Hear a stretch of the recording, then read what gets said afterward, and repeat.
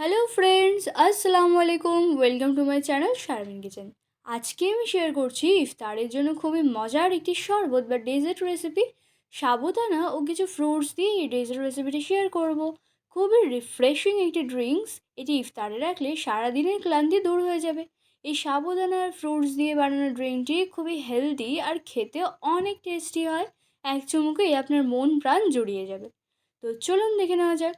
প্রথমে আমি দুধটা জাল দিয়ে নিচ্ছি। কড়াইয়ে দিয়ে দিচ্ছি 500 ml লিকুইড দুধ। দুধটা একটু জাল দিয়ে নেব। এখন দিচ্ছি চিনি। আমি আমাদের স্বাদ অনুযায়ী দিলাম, আপনারা যেমন মিষ্টি পছন্দ করেন দেবেন। যেহেতু অনেকগুলো ফ্রুটস দেবো তাই মিষ্টির পরিমাণ একটু কম দিলেই ভালো। চিনি দিয়ে মিশিয়ে নেওয়ার পর গ্যাসের ফ্লেম লো করে দিয়ে এখন একটু দুধে 1 চামচ কাস্টার্ড পাউডার গুলে নিচ্ছি। দুধটা জাল দেওয়ার আগে তুলে রেখেছিলাম, আমি ম্যাঙ্গো ফ্লেভারের কাস্টার্ড পাউডারটা দিয়েছি। এখন ভালো করে গুলে নিয়ে দুধের মধ্যে দিয়ে দিচ্ছি। কাস্টার্ড পাউডার না চাইলে নাও দিতে পারেন। দেওয়ার পর অনবরত নেড়ে দিতে হবে, তা না হলে কাস্টার্ড পাউডারটা দলা বেঁধে যাবে। এখন কিছুক্ষণ জাল দিয়ে নেব, বেশি ঘন করার কোনো প্রয়োজন নেই। সাবুদানা দেওয়ার পর ঘন হয়ে যাবে। দুধটা জাল দেওয়া হয়ে গেলে একটি পাত্রে তুলে রেখে দেবো ঠান্ডা হওয়ার জন্য।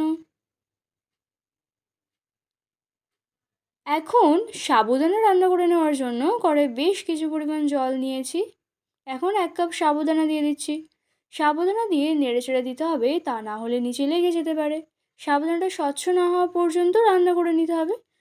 15 থেকে 20 মিনিট সময় ধরে রান্না করে নিতে হবে।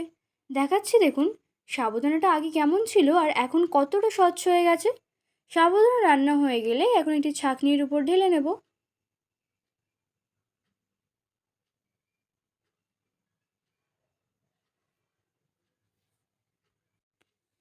আর উপর থেকে নর্মাল জল দিয়ে সাবুদানাটা ধুয়ে নেব। এতে করে সাবুদানার আঠালো ভাবটা কেটে যাবে।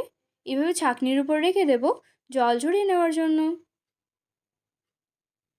আমার দুধটা পুরোপুরি ঠান্ডা হয়ে গেছে। দুধের মধ্যে এখন সাবুদানাটা দিয়ে দিচ্ছি। সাবুদানা দিয়ে মিশিয়ে নিচ্ছি।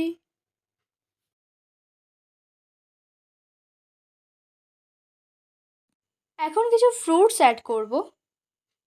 দিয়ে দিচ্ছি খেজুর, আর দিচ্ছি কালো আঙুর, সাদা আঙুর। আঙুরগুলি ছোটো টুকরো করে কেটে নিয়েছি। দিচ্ছি ছোটো টুকরো করে কেটে রাখা তরমুজ, কিছু বেদানা।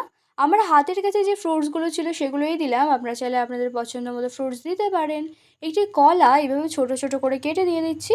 এই ফলগুলোই দিতে হবে এমন কোনো মানে নেই, আপনাদের ইচ্ছা মতো যে কোনো ফল দিতে পারেন, বাড়িয়ে কমিয়ে।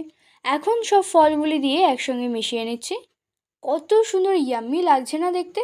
সত্যি সাবুদানা ফ্রুটস দিয়ে ড্রিঙ্কস বা ডেজার্ট আইটেমটি অনেক মজার হয় খেতে। এভাবে বানিয়ে ফ্রিজে রেখে দিয়ে ইফতারে ঠান্ডা ঠান্ডা সার্ভ করে খেতে দারুণ লাগবে। সারা দিনের ক্লান্তি দূর হয়ে যাবে এরকম একটি ড্রিঙ্কস খেলে। মন প্রাণ জুড়িয়ে যাবে।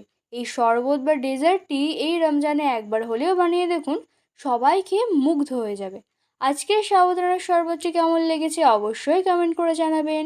ভিডিওটি ভালো লাগলে লাইক শেয়ার করে দেবেন। আর আমার চ্যানেলের নতুন সদস্য হয়ে থাকলে চ্যানেলটি সাবস্ক্রাইব করে পাশে থাকার অনুরোধ রইল। Thanks for watching.